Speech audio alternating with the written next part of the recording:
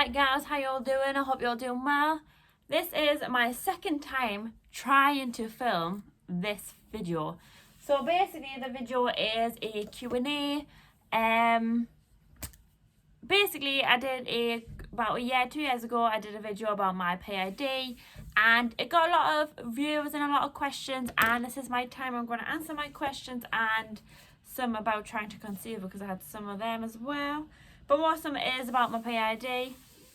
So I've wrote a couple of questions down in my book that I feel like are being asked a lot.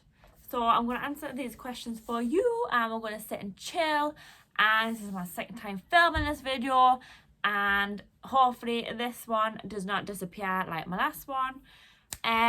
So yeah, if you like this video, like, comment and subscribe. Any questions or anything like that, leave them down below, and we're just going to get straight into the video, and it's going to be quite a chilled video.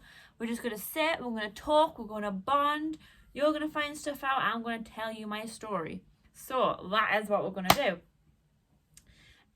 So if you don't already know, I had PID a couple of years ago. Obviously now we are in the trying to conceive, we are going through fertility treatment, and my hair is such a mess. Oh well. So we're going through fertility treatment, but I need to answer the PID questions. And then obviously if you have any questions about fertility or anything like that, you can leave them down below, and we'll maybe do another Q&A about fertility, you know, later down the line. So the most question I got asked is, did your ovaries hurt? My ovaries hurt while I had PID, obviously. They were like a sharp stinging pain. Nothing that affected my day-to-day life. It was more just the pain was there, but you know it's there, but you could still go on as normal. There might be the odd times where you just walk and you go, oh, like the pain was a bit more intense than usual. My left side was the worst side where I got pains. That was the worst side, yeah. Right side didn't seem to have any problems. It was always my left side that hurted the most. So yeah, I did get ovary pains while having PID, but after the PID was gone, the pain was gone. What helps to decrease the pain? So after I took my 2 weeks of the 2 lots of antibiotics, obviously I did have a lot of, the bloatiness was gone, the bleeding after sex was gone, the back pains were gone. It was just more like the cramps and that was still there. Obviously I didn't have a period for a while, and so I had a lot of pain still. So someone recommended Dr. Best Fertility. So this is obviously my second tub, and I started taking these for a while. The first set of serapeptides, I went to Holland Barrett, I got theirs. I thought they were working, but I'm not quite sure. Like, I felt like they didn't help with the pain, and then someone told you the Dr. Best one. Wow, that sounds bright.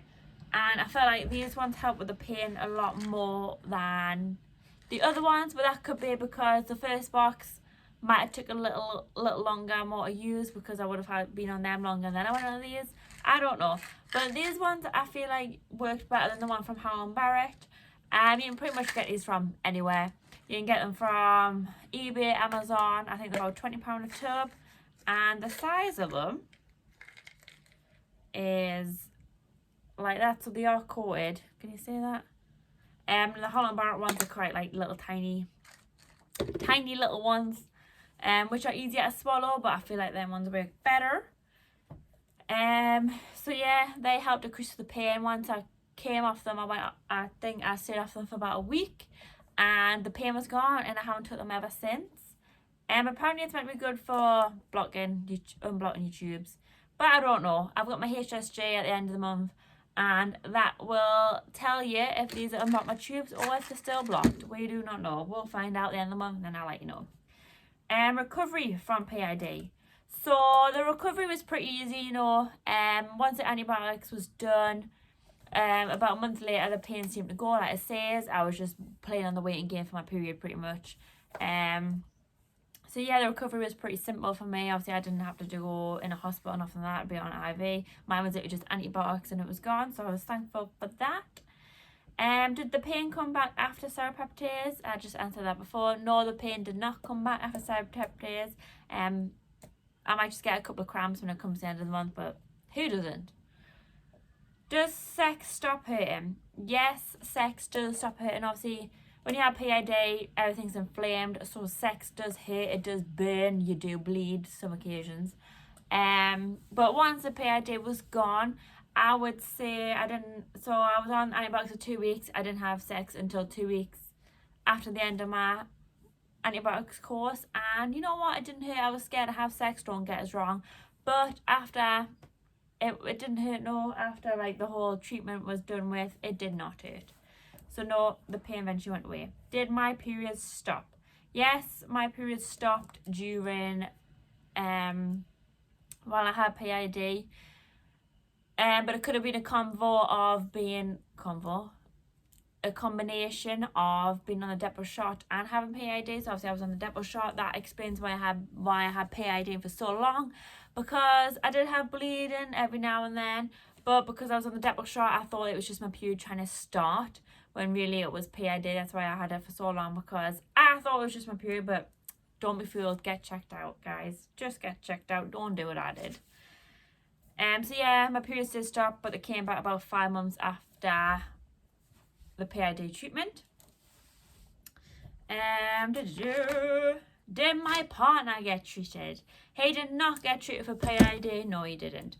Men don't need treatment for PID. It's got nothing to do with them. It is basically a pelvic inflammatory disease, and men do not have pelvis, so they do not need treated. No. So that was all the PID questions that I could find that got asked the most. So they are answered. There is about 2-3 on trying to conceive, obviously because I'm trying to conceive, but I don't really put that many videos out there about it. So where did I get my supplements from? So obviously I had a video on what I've been taking. So I take serapeptase, vitamin D, folic acid, and insulin, I think it's called. Basically, like it says, serapeptase is from eBay.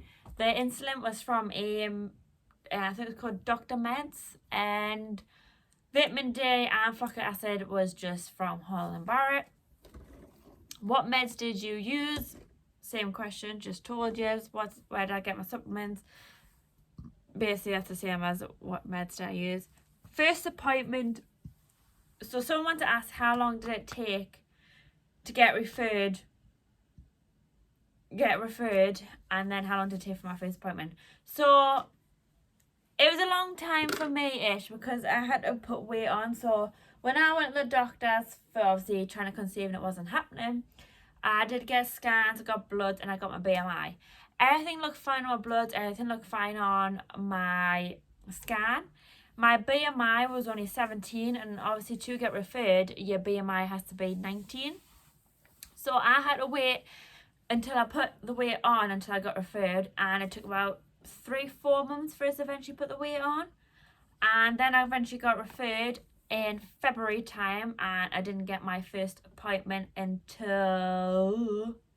When did I have my first appointment?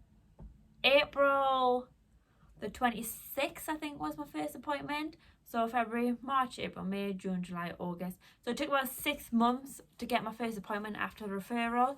Some people that normally, they say it takes around on average 3 to 4 months. I got 6 months, obviously with COVID and things like that, everything was backlogged. So it took about 6 months from being referred from February to August. But actually going from the doctors to putting weight on, it probably took us about 9 months, because obviously I had to put weight on before I got referral. So yeah, that is all the questions, all the Q&As you have asked me. So currently, I'll just tell you what's going on at the minute while we're having this one-to-one talk. Currently, obviously, you all know I had my first appointment, and at the minute, what's happening is I've got obviously my HSG at the end of the month. So basically, what you need to do is I need to ring up when I come on period. So it's only about the 26th, 27th, and then the 7th, between the 7th and the 10th day, they make an appointment for you to go in for your HSG. And if you don't know what that is, it is basically you get a catheter put up your hoo-ha, and basically it's like a jet wash of black dye which will shoot up you, and you're under an x-ray and they're taking pictures to see if the black dye goes through my tubes, and if they don't go through my tubes, obviously my tubes are blocked and the options from there will probably be surgery or I can go into IVF. But you might as well go through the surgery, because obviously through IVF you still need to go through an egg retrieval, which is kind of like a mini surgery. So you might as well just go through the actual surgery of unblocking your tubes, if that helps. But that's the worst case scenario. So yeah, I've got my HSG at the end of the month. On November the 21st, I have a fertility video call to meet the team and basically to talk about the next stages and the process. My partner's got a sperm analysis on the 24th of November. Obviously, I've got to catch up on the 21st of November. I got a letter today from the NHS basically telling all the information that I've did so far. So basically it just said how I've had a BMI check, I've had my bloods done, I've had my scan done, and all looked normal, and I had 16 eggs, which was good. Like, she was like amazed. She was like, I don't get how you haven't with that many eggs on the go, because average is now about 6 to 8 and mine was 16, which was really high. Sorry, I'm really uncomfortable right now, the sun's beaming, which was really higher than normal, so she was pretty amazed with that. And then it says suggestions is obviously my HSG, that's the suggestion, and obviously Tony's sperm analysis, that is the suggestion of what we are doing now. Well, it is requested. So that is what's happening next. Basically, we're just waiting for the appointments, and basically I'm hoping it's just a HSG, and I feel like that should be us good to go. Like, she says she's not worried about Tony. Like, some people, they get the we get the man done first, because obviously it could be them, instead of putting the woman through all the pain first, then let me do the man. However, obviously because I had a miscarriage in April time, obviously they know that something's there with Tony. Just, it might be high, it might be low, we don't know, but there is something there, because I wouldn't have, fell. So that's basically why I've got him through all my tests before him, or they normally would have made me wait before it's to see what his results were. But yeah, it's a whole situation so far.